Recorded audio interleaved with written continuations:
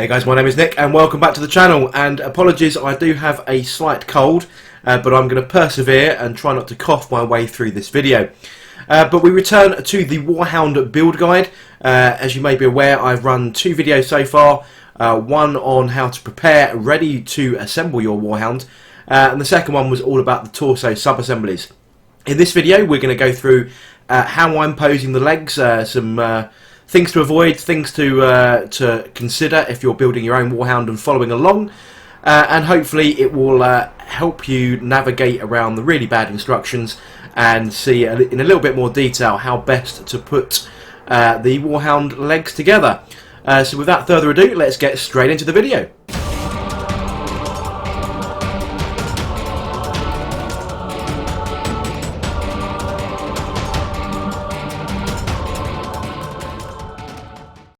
So here we go then guys, this is laying out all the components ready to go for the leg build.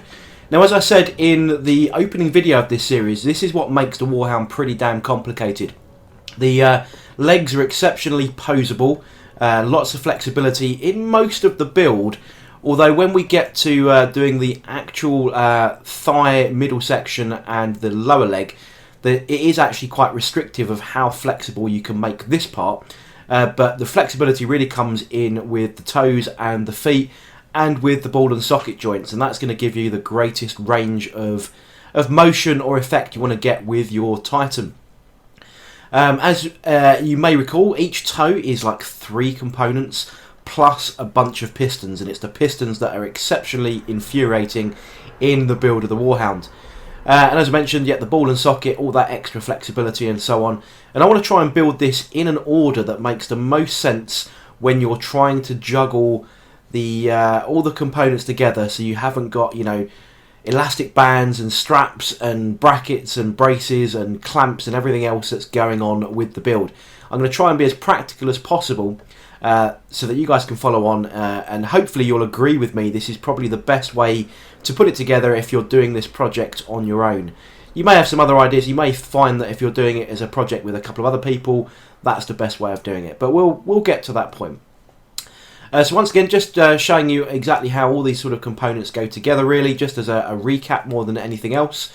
So we have the 3 leg sections. We have that ball joint that goes onto the upper leg, and that's what makes it a left or a right leg. It's depending which side you put those components on. We've got all these toes, so there's 3 components to the toes. I don't know why I'm showing you that twice, but that's what we've got. And then some of the materials and stuff that I've got going on above on the video we'll just show in a second. So you can see all of that flexibility. The pistons aren't on display because we'll do the pistons a little bit later on. This is all about how we're going to build everything else. And you can see on the back of these, for some reason, there should be small lugs that go into here, but mine don't seem to be. Either I got a bit excited when I was cleaning the model up, or they just snapped off during the cleaning process. But it doesn't matter because we're going to be pinning with this piece of 3mm brass rod as one of the materials that we're using to build this. I'm using this quite blunt now pair of side cutters. My one and only top piece of advice is JBWeld. I'm using the quick version of JBWeld just purely because I don't want to sit there and wait 24 hours for it to cure. I apply that using these Q-tips or cotton buds, and then for any drilling I've got a power Dremel with a 3mm drill bit. You can hand drill this with a vise, but you know what, if you're drilling resin, I use a power Dremel just for that little bit more control and a little bit more power and oomph. And this is where I'm going to be pinning. So I'm going to be pinning the main bracket onto the toes, but there are a couple of other options that I recommend if you're not necessarily using JBWeld and you're using regular super glue or a slightly weaker strength bonding agent. There's a few other options that I'll show you where you can pin this model.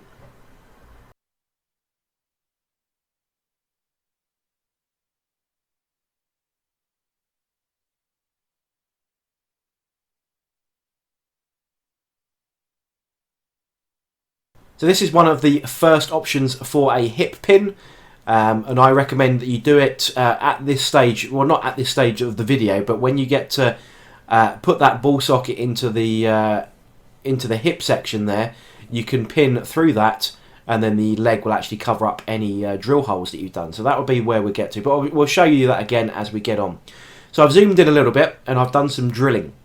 So these are the toe mounts, and you can see there I've got these little pins are probably 3/4 of an inch. That one that's in the middle there is a little bit less, because when you drill through it will come into the ball joint of the leg. So that's a little bit shorter, so you just need to pre-measure or pre-guess or cut your pin a little bit shorter to go in there. Now this first leg that I'm going to be building is going to be completely flat to the floor, but not quite, because the toes are actually raised a little bit. So I'm using a 40mm round plastic base just to raise the foot pad up, so that the foot pad isn't exactly on the floor, but the toe pads themselves are, if that makes sense. You'll see that a bit clearer when this goes together. But in order to raise the foot pad up so that you don't get this weird sunken unnatural toe look, I'm just going to raise that up off the floor. You could use maybe some blue tack for this as well, but the perfect height is a standard GW base. Now what we're going to do is the standard JBWeld adhesive to get all of this together.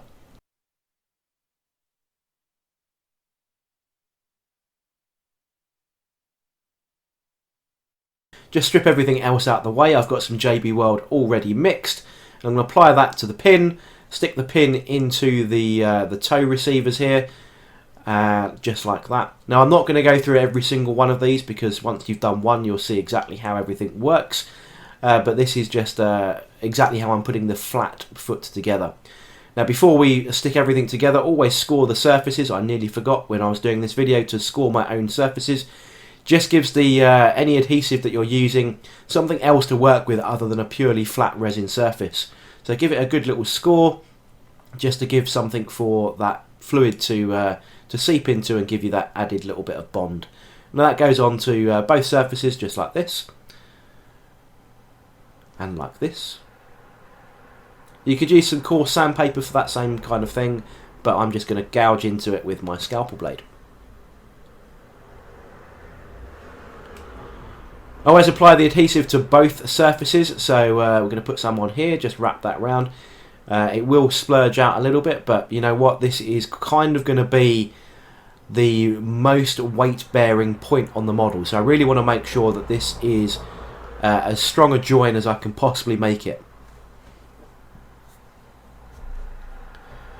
Now using the JBWeld Quick, it is a fast cure time, so if you're going to mix up and try and do as many toes as possible, you do need to work fast. Otherwise just mix a little bit and just work on one toe at a time. And you can see there I've got some splurged out. We'll just clear that up with a clean Q-tip or cotton bud or some paper, or even some, I think rubbing alcohol might even get this off as well. But it doesn't overly matter if you're not 100% cleared up on this, because I am going to be weathering it when I paint it. You'll probably do something similar as well, but you can lose all that in some of the paint detail anyway. But you know, clear it up as best as you possibly can. Now I'm being fast enough here to work with the second toe, but it is beginning to go a little bit dry already. So I'm probably only going to get away with doing 2 toes at this stage, but we'll see where we get to. Just following exactly the same steps as that first toe then. Just making sure I've got enough across the surfaces here to make that strong bond.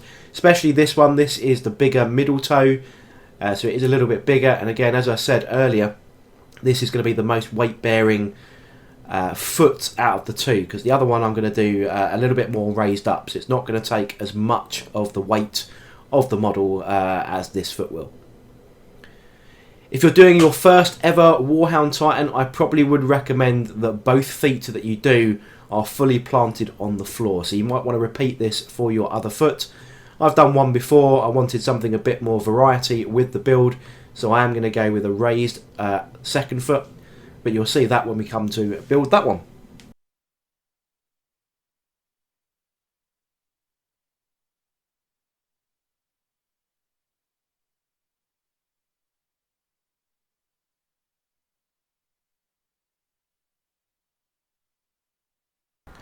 So I've managed to get away with the pre-mix that I've already got for that third toe, and we just get these major toe joins on first, and then we'll put that to one side and allow that to fully cure.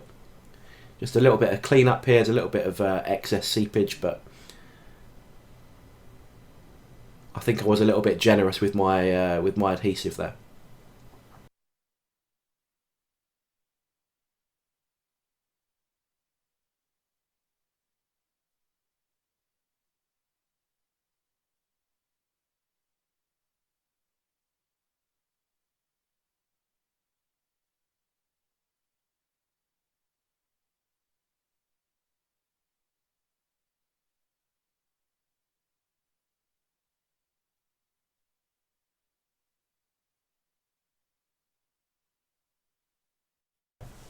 So with those major toe joins connecting to the footplate all now dried, we're now going to move on and actually start putting some toes on.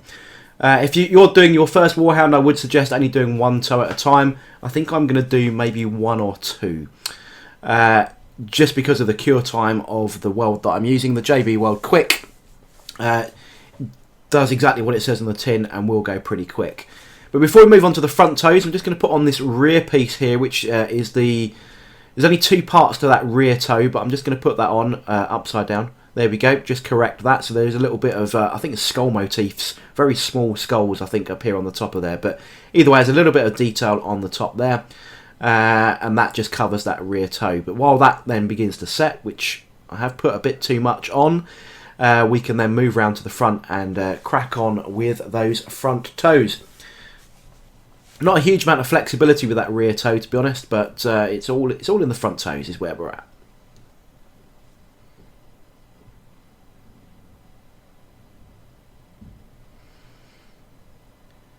So we've now only got two toe pieces to worry about here as we go through this, and as I said, I'm making a fully flat foot, so it's not overly challenging to do this. We're just going to line the pieces up and stick them together. But before we do any of that, once again, score the surfaces. So each of these has, you know, sort of the hinge joint that we've got going on here. So you want to score as much of this as you can get your knife to reach. So these big flat pieces are nice and easy. Just give those a little scratch with the scalpel.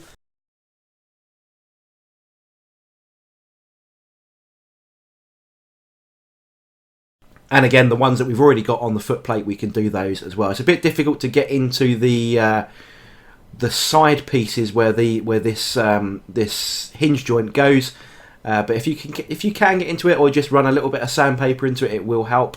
But this should be enough because I've done this before, so I'm fairly confident that just scoring that is just an added bonus. So we'll carry on. So as with the other components, we're just going to apply JBWeld to both sides of where we're going to be sticking together.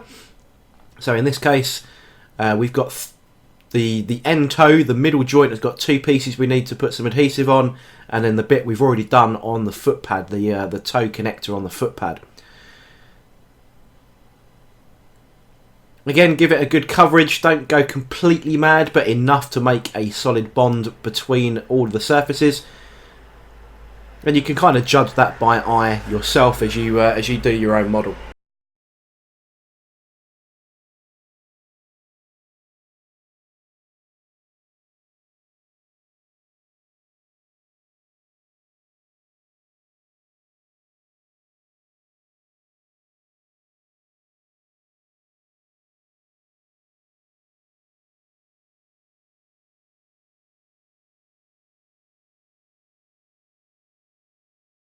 Now these do only go one way round, so make sure you've got the right bit to go round, and that's exactly what I've done there. So just slide these together.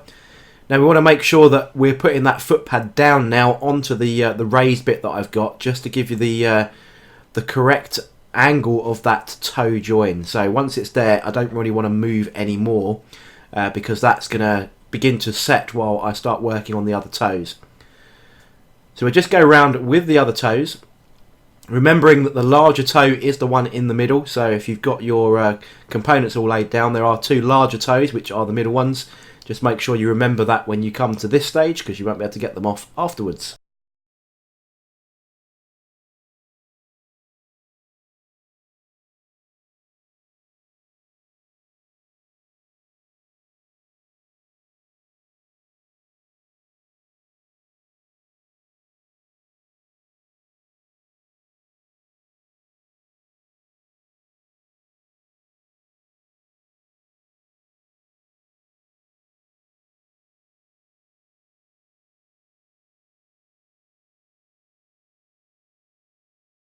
So we can now get that middle toe all lined up and pressed into place there. So we can now got our 2 toes ready to go, and all we've got is that third one next to do.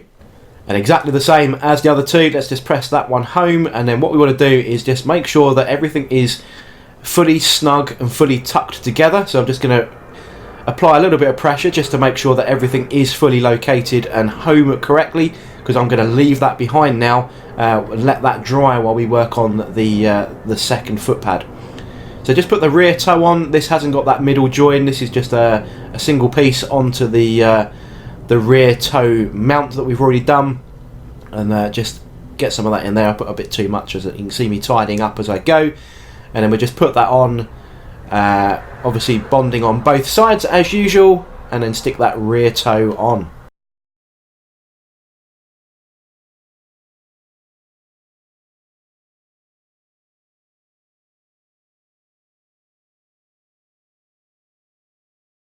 Now there is a little bit of up and down movement, as you can see there. I really want to make sure that is in contact with the floor. As I said, this is going to be the main load bearing foot.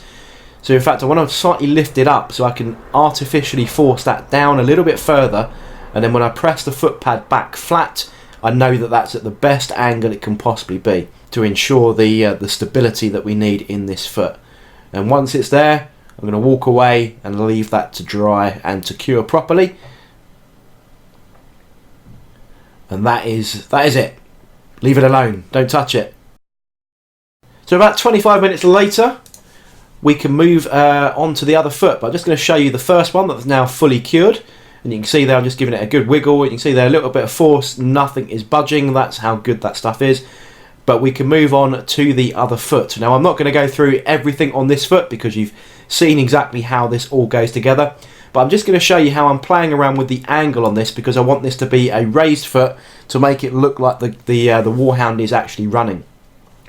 Now in order to make sure you know the angle for this, you need to play around with some of the pistons that come with the foot, so that you know the pistons do actually fit if you go with a slight extreme angle. So I'm just going to play around with the rear piece of that toe with these little toe pistons, and then the front toes, just so that I know what the minimum and maximum bend is on that toe before we do anything else. So you can see there's quite a lot of flexibility in that front toe, but actually the toe pistons at the back are quite limited, because if you bend it too much, then the angle just won't work. So one of the things to remember, if you're going to go with any extreme posing, is make sure all the components still go together after you've put all the sort of the main weight bearing stuff. All the decorative stuff still needs to fit on, like these pistons, and I think the pistons do really set the model off. They kind of need to be there really. I know some people have left these off, but for me, you know, you've paid for it, I'm going to use them. But if I'm going to mess around with any extreme angles, I want to make sure that everything else still goes on. And as I said, I'm not going to show you exactly how to do this, because I've already shown you how to do a foot, but we just followed the exact same procedure, but all I've done is put the toes at a slightly more jaunty angle. So exactly the same as the other foot, but you can see here I've made it so that the pistons do all sort of fit, and as you can see there, with all the pistons now in play, you can see that the angle is a lot more steeper than the flat foot that we've got on the other side.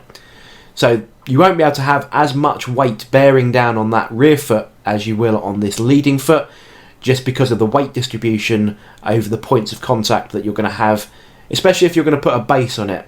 Now I am going to put a base on this guy, purely because the model will be at such an angle that it won't support its own weight without toppling over. So I do need to make sure that if you're doing something similar, make sure that you're weight neutral, which is very, very difficult to do if you haven't already built the model. So one of the reasons why I'm going with a base is to stop the topple effect that you might get, especially with a front heavy model like this that I've got sort of running forward. With the feet now fully cured, we can now move on to the leg sections, because you now haven't got to jiggle around with blue tack or anything else to try and hold the toes in place. We've now got, you know, a bunch of fixed sections ready to go, and we can move on to the upper legs. And the order I'm going to be building this doesn't, you could do left or right leg, but what I want to do is get the angles of the three components of the legs correct, And then once I'm happy with the position, I'm having to use paint pots and all kinds just to hold things here, because you are juggling with multiple pieces that are going to move around. I want to make sure that the legs that I'm building are slightly different in their angle, but they work well with the raised and the flat feet. So I'm going to have a look again at piston flexibility, the same as I did with the toes, to see if the angle that I'm putting the legs at, the pistons will still fit.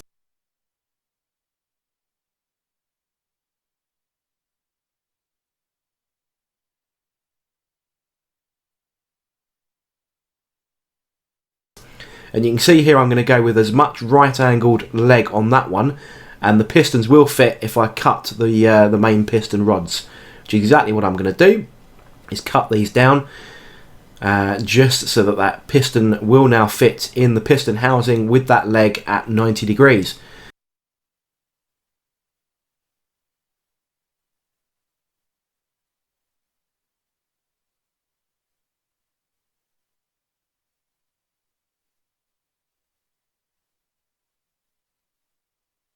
So there we go, that will fit back in there, and that's, you know, pretty much as short as the piston will go. If I fold the leg back up now like that, you can see there, once that fits in, that leg, the mid part of the leg and the lower leg are pretty much 90 degrees, and the piston still fits.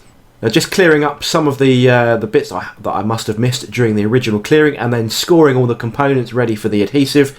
Exactly the same as we did with the toes and everything else. Always score before you do your adhesive, just to give it something to adhere to.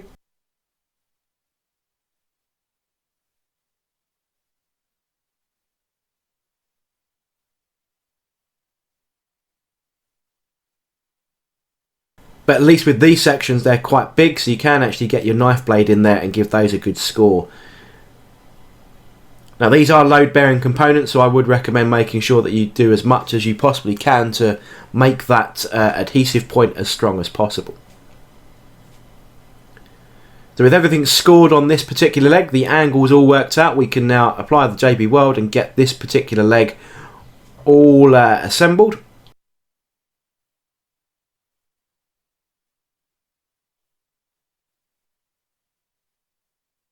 So once again, applying the solution to both contact points. So just on the receiving side and on the other one, here we go.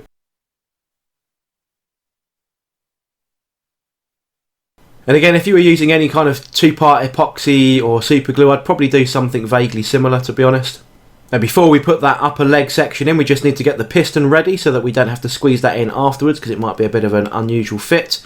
So we can get that upper or the middle leg section, drop the piston in, make sure our angles are all good, make sure everything is lined up, because there is a little bit of a curve to the point where that circle is in the middle, the bit that looks like it's a rotating joint. So you just need to make sure that's good. I'm happy with that, so moving on. But just always double check to make sure that it is in that final resting position you want it to be in before you walk away from it while it dries. Now we're going to do exactly the same kind of thing with this, with the upper leg. Again, there's a single piston that drops in here. We just want to check how much of flexibility we've got in that piston angle. This particular leg I am going with as extreme a collapsed leg or folded leg as possible, and the other one I'm going to go with as much extended out as possible. But when you get to that point, you'll see there's not actually a huge amount of difference in these two legs. Although it looks as flexible as possible, actually there's not a huge amount of difference in it.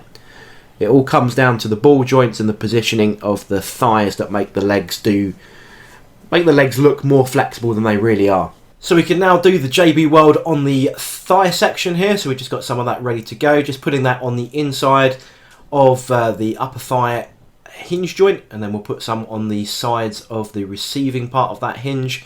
And then that will be this leg ready to go. We're just going to slot that small piston in. I'm going to use super glue to put that little piston in. It's just a little bit more controllable, and there is zero weight bearing on that. So it's just, all it is just being attached via super glue, because that's what you use for those resin components, really.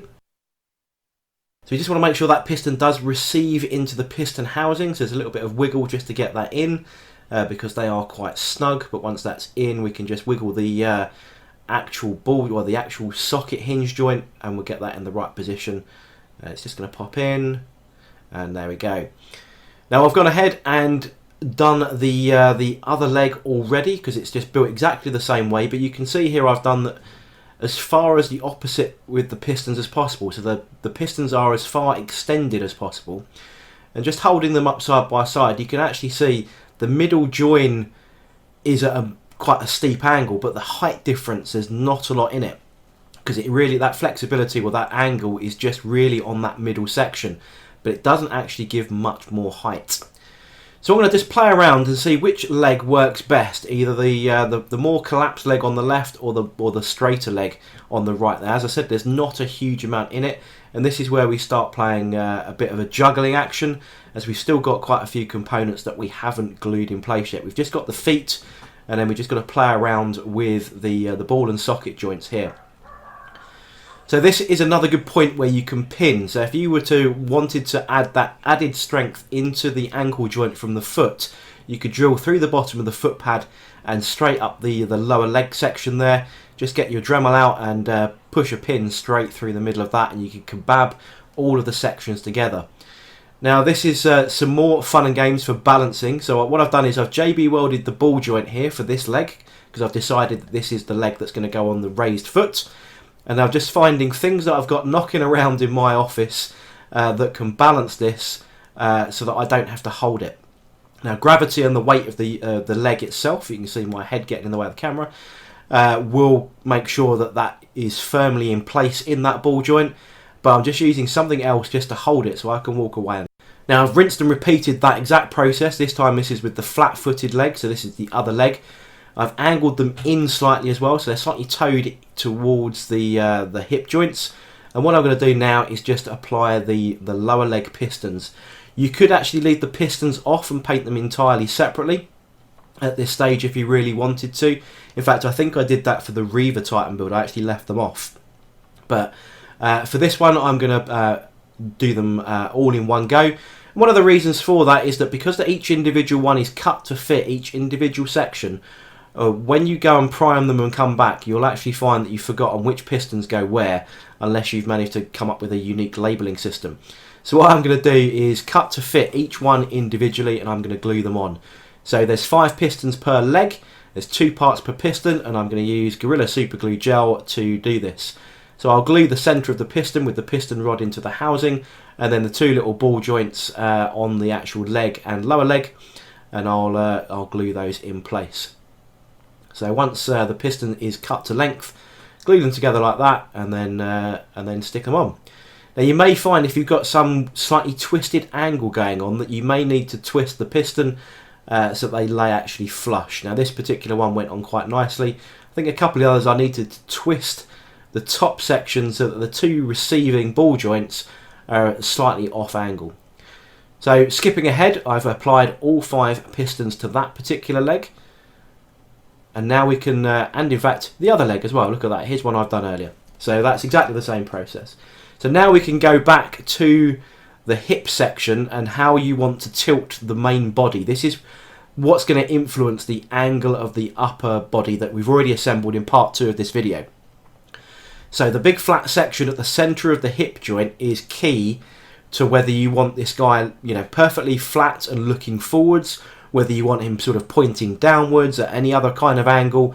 This is the key section that will really judge the pose or the major pose of the kit. So you want to be really careful and be really happy with how you want to do this.